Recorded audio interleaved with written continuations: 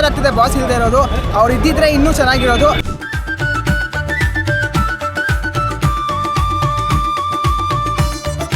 ಆನೆ ನಡೆದಿದ್ದೆ ದಾರಿ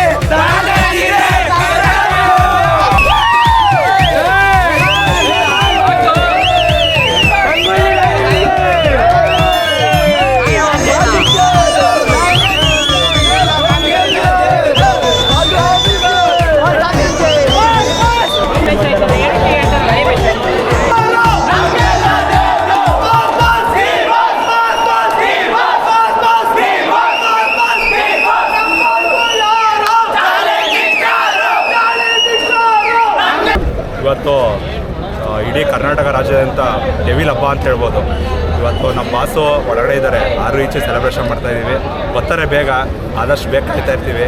ಎಲ್ಲ ಬಾಸ್ ಅಭಿಮಾನಿ ಕಡೆಯಿಂದ ಒಂದೇ ಹೇಳೋದು, ಉಸಿರಿರುವವರೆಗೂ ಅವ್ರ ಹಿಂದೆನೇ ಇರ್ತೀವಿ. ಏನೇ ಹೇಳ್ಕೊಬೋದು, ಬಾಸ್ನಿಂದ ನಾವು ಯಾವತ್ತೂ ಇರ್ತೀವಿ. ಜೈ ಡಿ ಬಾಸ್, ಜೈ ಡಿ ಬಾಸ್. ಈಗ ಸರ್ ಜೈಲಲ್ಲಿ ಇದ್ದಾರೆ, ಈಗ ನೀವು ಅವ್ರು ಇಲ್ಲಂಗೆ ಆಚರಣೆ ಮಾಡ್ತಿದ್ದೀರಾ, ಹೆಂಗೆ ಅನಿಸ್ತದೆ ನಿಮಗೆ? ಬಾಸ್ ಇದ್ರು ಬೇಜಾರು ಆದರೂ ಖುಷಿ ಇದೆ.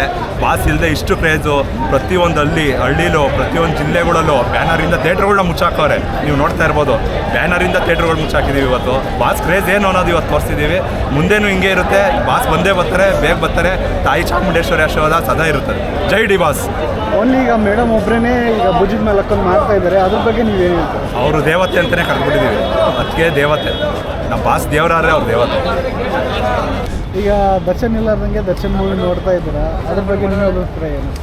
ಅಣ್ಣ, ಬಾಸು ಇಲ್ಲದೆ ಇದು ರಿಲೀಸ್ ಆಗ್ತಿರೋದು 2ನೇ ಸಲ. ಇದು ಫಸ್ಟ್ ಟೈಮ್ ಅಲ್ಲ ರಿಲೀಸ್ ಆಗ್ತಿರೋದು ಬಾಸ್ ಇಲ್ದಂಗೆ. ಒಂದು ಸಲ ಸಾರಥಿ ರಿಲೀಸ್ ಆಗಿತ್ತು, ಅದು ಗೊತ್ತು ಯಾವ ಥರ ಚರಿತ್ರೆ ಕ್ರಿಯೇಟ್ ಮಾಡ್ತು ಅಂತ. ಸೊ ಈಗ 2ನೇ ಸಲ ಇವಾಗ ಡೆವಿಲ್ ರಿಲೀಸ್ ಆಗಿದೆ. ಸೊ ಅದಕ್ಕಿಂತ ಭರ್ಜರಿಯಾಗಿ ಓಪನಿಂಗ್ ತೊಗೊಳ್ಳಿ, ಕಲೆಕ್ಷನ್ ಆಗಲಿ ಅಂತ ನಮ್ಮ ಆಸೆ, ಎಲ್ಲ ಅಭಿಮಾನಿಗಳ ಆಸೆ. ಅದು ತುಂಬ ಬೇಜಾರಾಗ್ತಿದೆ ಬಾಸ್ ಇಲ್ಲದೆ ಇರೋದು. ಅವ್ರು ಇದ್ದಿದ್ರೆ ಇನ್ನೂ ಚೆನ್ನಾಗಿರೋದು. ಅಟ್ಲೀಸ್ಟ್ ಅವ್ರಿಲ್ಲ ಅಂದರೂ ಅಭಿಮಾನಿಗಳು ನಾವಿದ್ದೀವಿ, ಅದಕ್ಕೆ ಇದ್ದಾರೆ ನಮ್ಮ ಜೊತೆಗೆ. ಧನ್ವೀರಣ್ಣ ಇದ್ದಾರೆ. ಸೊ ಅವ್ರನ್ನ ಪ್ರೀತಿಸೋರು ಎಲ್ಲರೂ ಸುಮಾರು ಕೋಟ್ಯಾಂತರ ಜನ ಇಡೀ ಕರ್ನಾಟಕ ತುಂಬ ಇದ್ದಾರೆ. ಸೊ ಅದು ಸಿಕ್ಕಾಪಟ್ಟೆ ಖುಷಿ ಇದೆ.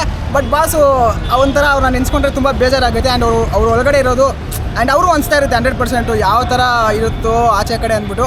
ಆ ಕಡೆ ಅವ್ರಿಗೂ ಒಂಥರ ಕುತ್ಕೊಳ್ಳೋಕ್ಕಾಗಲ್ಲ, ನಿಂತ್ಕೊಳ್ಳೋಕ್ಕಾಗಲ್ಲ, ಓದಾಡ್ತಾ ಇರ್ತಾರೆ. ಈ ಕಡೆ ನಮಗೂ ಕೂಡ ಅವ್ರನ್ನ ಮಿಸ್ ಮಾಡ್ಕೊತಿರೋದು ತುಂಬ ಬೇಜಾರಾಗ್ತಿದೆ. ಅದು ಹೇಳೋಕ್ಕಾಗಲ್ಲ ಬ್ರೋ, ತುಂಬ ಬೇಜಾರಾಗ್ತಿದೆ.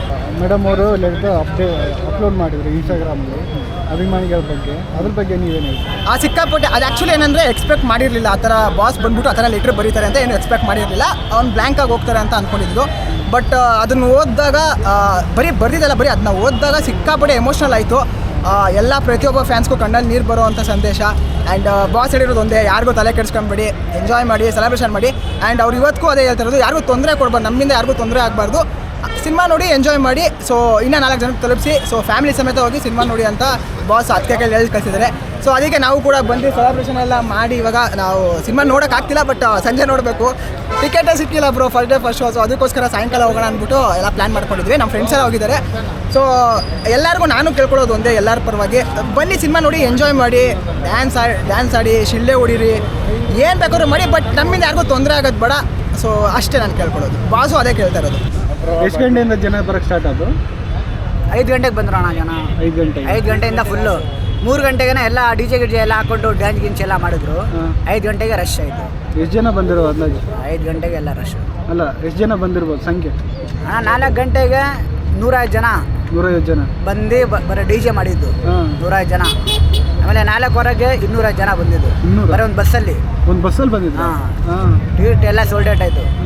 ಇಬ್ಬರು ಬಂದು ಅಣ್ಣವ್ರ ಟಿಕೆಟು 2,000ಗೆ, 2 ಟಿಕೆಟ್ 2,000 ಕೇಳಿದ್ರು, ಕೊಟ್ಟಿಲ್ಲ. ಒಂದು ಟಿಕೆಟ್ ಎಷ್ಟು? ಒಂದು ಟಿಕೆಟ್ 1,000ಗೆ, 2 ಟಿಕೆಟ್ 2,000ಗೆ ಕೇಳಿದ್ರು, ಕೊಟ್ಟಿಲ್ಲ ಅವರು. ಡಿ ಬಾಸ್ ಬಗ್ಗೆ ಯಾವತ್ತಿದ್ರು ನಾವು 23 ವರ್ಷದಿಂದ ಫ್ಯಾನ್. ಇವಾಗ ನೆನ್ನೆ ಮೊನ್ನೆ ಫ್ಯಾನ್ ಆದವರಲ್ಲ. ಡಿ ಬಾಸ್ ಮೂವಿ ಯಾವತ್ತಿದ್ರು ನೋಡ್ತಾನೆ ಇರ್ತೀವಿ. ಡೆವಿಲ್ ಶತದಿನೋತ್ಸವ ಆಚರಿಸ್ತದೆ. ದರ್ಶನ್ಗೆ ಏನೂ ಆಗಲ್ಲ, ಆಚೆ ಬಂದೇ ಬರ್ತಾರೆ. ಅವ್ರ ಪರ ನಾವು ಫ್ಯಾನ್ಸ್ಗಳು ಇದ್ದೇ ಇರ್ತೀವಿ. ನಾವು ಯಾವತ್ತೂ ದರ್ಶನ್ನ ಬಿಟ್ಕೊಡಲ್ಲ. ದರ್ಶನ್ ಫ್ಯಾನ್ ದೈ. ಸರ್, ಜನ 1000 ಮಾತಾಡ್ತಾರೆ. ಅದು ಏನಾಗಿದೆ ಅನ್ನೋದು ಅವ್ರಿಗೆ ಮಾತ್ರ ಗೊತ್ತಿರುತ್ತೆ. ಇಲ್ಲಿ ಯಾರಿಗೂ ಗೊತ್ತಿಲ್ಲ, ಮೀಡಿಯಾದವ್ರಿಗೂ ಗೊತ್ತಿಲ್ಲ. ಕಲ್ಪಿತ ಏನು ಬೇಕಾದ್ರೂ ಹೇಳ್ಬೋದು ನಾವು. ಅದು ರಿಯಾಲಿಟಿ ಏನಿರ್ತದ ನ್ಯಾಯಾಲಯ ತೀರ್ಮಾನ ಮಾಡ್ತದೆ. ಅದು ಯಾರು ಇವರೆಲ್ಲ ಜಡ್ಜ್ಗೂ ಕೊಡೋಕ್ಕಾಗಲ್ಲ, ಇವ್ರ ತೀರ್ಮಾನ ಕೊಡೋಕ್ಕಾಗಲ್ಲ. ಮಾಧ್ಯಮದಲ್ಲಿ ತೋರಿಸಿದ ನಿಜನೂ ಅಲ್ಲ ಎಲ್ಲ ಅಲ್ವಾ. ಏನೋ ಒಂದು ಆರೋಪ ಮಾಡಿದ ತಕ್ಷಣ ಸತ್ಯ ಆಗ್ಬಿಡ್ತದ ಅಲ್ವಾ. ಪ್ರಾಣಿನೇ ಅಷ್ಟು ಪ್ರೀತಿ ವಿಶ್ವಾಸದಿಂದ ನೋಡ್ಕೊಳ್ಳೋ ವ್ಯಕ್ತಿಯವರು ಜನರಿಗೆ ಆ ಥರ ಅನ್ಯಾಯ ಮಾಡ್ತಾರ, ಮೋಸ ಮಾಡ್ತಾರ? ಏನೋ ನೇರ ನುಡಿಯಿಂದ ಮಾತಾಡ್ಬೋದು, ಅದರಿಂದ ಅವ್ರಿಗೆ ಜನ ಬೇರೆ ರೀತಿನೇ ಇದು ಮಾಡ್ತಾರೆ. ಆದರೂ ಯಾವತ್ತೂ ನಾವು ದರ್ಶನ ಬಿಟ್ಕೊಡಲ್ಲ, ಅದೇನೇ ಆದರೂ ನಾವು ದರ್ಶನ್ ಪರ ಇದ್ದೇ ಇರ್ತೀವಿ. ಸರ್ ಸೂಪರ್ ಆಗಿದೆ ಸರ್, ಫೆಂಟಾಸ್ಟಿಕ್ ಸರ್. ನಿಜವಾಗ್ಲೂ ಫಸ್ಟು ಡಾಕ್ಟರ್ ರಾಜ್ಕುಮಾರ್ ಈ ಕ್ರೇಜ್ ಇತ್ತು, ಇವತ್ತು ದರ್ಶನ್ ಎಲ್ಲೇ ಇದ್ರು ಇವತ್ತು ಅದೇ ಕ್ರೇಜು ಸೂಪರ್ ಆಗಿದೆ. ಎಷ್ಟು ಗಂಟೆಗೆ ಬಂದಿದ್ದೀರಾ ಸರ್? ನಾವು ಇವಾಗ 5:30 ಬಂದಿದ್ದೀವಿ 5:30ಗೆ. ಸರ್. 1000 ಜನ ಹೇಳ್ತಾರೆ, ಹೋಗಿ ಒಬ್ಬ ಅಮಾಯಕನ ತಗೊಂಡೋಗಿ ಅಲ್ಲಿ ಕೊಡಿಸ್ತಾ ಇದ್ದಾರೆ ಸರ್. ಒಬ್ಬ ಕೋಟಿ ಜನ ಅಭಿಮಾನಿಗಳಿದ್ದಾರೆ. ಇವತ್ತು ನೋಡಿ ಇದು ಇಷ್ಟು ಜನಗಳನ್ನ ನೋಡಿದ್ರೆ ಒಂದು ಕ್ರೇಜ್ ಹೆಂಗಿದೆ ಅಂತ ಗೊತ್ತಾಗ್ತಾ ಇದೆ.